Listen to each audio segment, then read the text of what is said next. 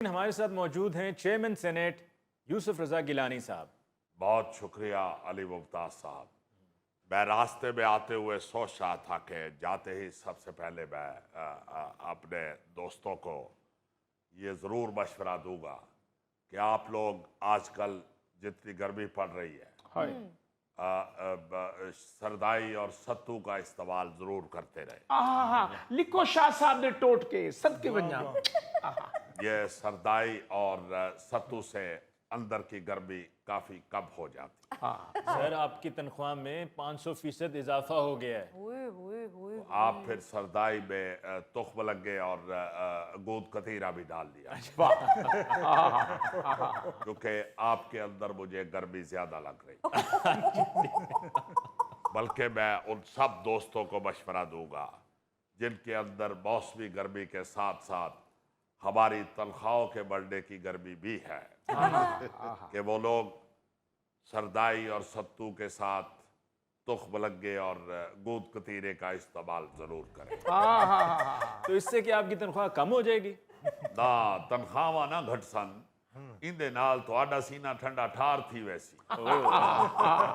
آج تو لگتا ہے کسی شربت والی ریڑھی تو ہی آنکھ لوتے ہیں۔ گیلانی صاحب ہم آپ کی تنخواہوں میں 500% اضافے کی بات کر رہے ہیں حضور۔ تو اسی لیے تو بتا رہا ہوں کہ 500 روپے میں یہ چاروں چیزیں آ جائیں گی، ستو بھی آ جائیں گے، سردائی کے لیے بادام بھی آ جائیں گے، گود کتیرا بھی آ جائے گا اور تخم لگے بھی آ جائے گا۔ لو جی، میں لگتا ہے آج گیلانی صاحب نے اپنی تنخواہ وال نہیں آن دینا۔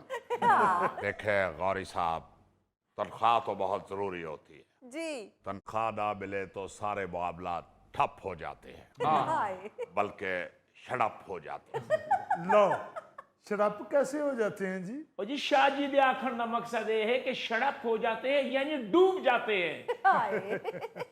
کتنے افسوس کی بات ہے کہ آپ کے پاس اختیار تھا اور آپ نے خود ہی اپنی تنخواہوں میں اضافہ کر دیا۔ علی ممتاز صاحب، فی زمانہ کوئی کسی کا سجن نہیں ہے۔ اس دور میں تو انسان نے جو بھی کرنا ہے اپنے لیے خود ہی کرنا ہے، اور پھر میں نے اکیلے نے نہیں کیا، ایاز صادق نے بھی اپنی تنخواہ میں اضافہ کیا ہے، اور میں سمجھتا ہوں کہ 500% اضافہ اس مہنگائی کے دور میں کوئی اتنا بڑا اضافہ نہیں، اور ویسے بھی آپ دیکھیں صرف 4 لوگوں کی تنخواہ بڑھی ہے، 5 کی بڑی ہوتی تو پھر میں سمجھتا ہوں زیادتی تھی۔ اور سرکار 2 لاکھ تنخواہ سے سیدھا 13 لاکھ پہ پہنچ گئے ہیں۔ بھائی آپ یہ بھی تو دیکھیں کہ ٹماٹر 5 روپے سے 50 روپے پہ پہنچ گیا ہے، اور اگر ٹماٹر کی قیمت 1000% بڑھ سکتی ہے تو چیئرمین سینٹ کی تنخواہ 500% کیوں نہیں بڑھ سکتی؟ کتوں گھنانے ہوئے لفظ، کتوں گھنانے ہوئے۔ گیلانی صاحب، ٹماٹر کسی کرسی پہ نہیں بیٹھا ہوا، آپ کی کرسی ہے اور آپ کی کرسی کی ذمہ داریاں ہیں، آپ نے غریب آدمی کا احساس کرنا ہے۔ ہاں جی۔ مرشد اگر تہاڈی اجازت ہوئے تے انہاں دے ہاتھ چوما وا۔ گیٹ کو سائیاں کتھاں تو ودائیاں کتھاں۔ علی ممتاز صاحب، آپ ٹماٹر کو ایک سائڈ پہ کر دیں۔ ٹھیک ہے۔ ٹماٹر کے بغیر بھی ہڈیاں پک سکتی ہیں، آپ ٹماٹر کی جگہ دہی بھی ڈال سکتے ہیں، مگر چیئرمین سینٹ کی جگہ آپ کسی اور کو نہیں بٹھا سکتے۔ اس لیے میں سمجھتا ہوں کہ چیئرمین سینٹ ٹماٹر سے زیادہ اہم ہے۔ واہ۔ اور شاہ جی، یہ آج آپ کیا کر رہے ہیں؟ لگتا ہے آپ کے پاس اس ایشو پر کوئی مناسب جواب نہیں ہے۔ ہاں جی۔ دیکھیں جواب تو سیدھا سیدھا ہے، تقریباً 10 سال بعد ہماری تنخواہ میں اضافہ ہوا ہے، اور یہ جو مہنگائی ہے اس میں تو روزانہ اضافہ ہوتا ہے، اس لیے میں سمجھتا ہوں کہ اس پہ بحث کرنا بالکل فضول ہے، مگر میں سمجھتا ہوں کہ آپ لوگوں کو مہنگائی کا کیا احساس ہوگا۔ آپ لوگ تو ایئر کنڈیشن ہال میں بیٹھ کے تو اپنا پروگرام کر رہے تھے، جائے باہر نکل کے دیکھیں، علی ممتاز صاحب کرارا پاپڑ 80 روپے کا ہو گیا، گول گپوں کی پلیٹ 200 کی ہو گئی، برف والا گولا چھوٹا 30 کا اور بڑا 50 کا ہو گیا۔ مرشد جو اتر ربڑی پواؤ تے وال گولا 200 روپے دا تھی۔ واہ واہ واہ۔ یار آج تو لگتا ہے گیلانی صاحب نو نہیں سی اپنے چھوٹے بھتیجے نو بلا لیا۔ گیلانی صاحب، ہم لاکھوں کی بات کر رہے ہیں اور آپ 50 50 60 60 روپے کا حساب دے رہے ہیں۔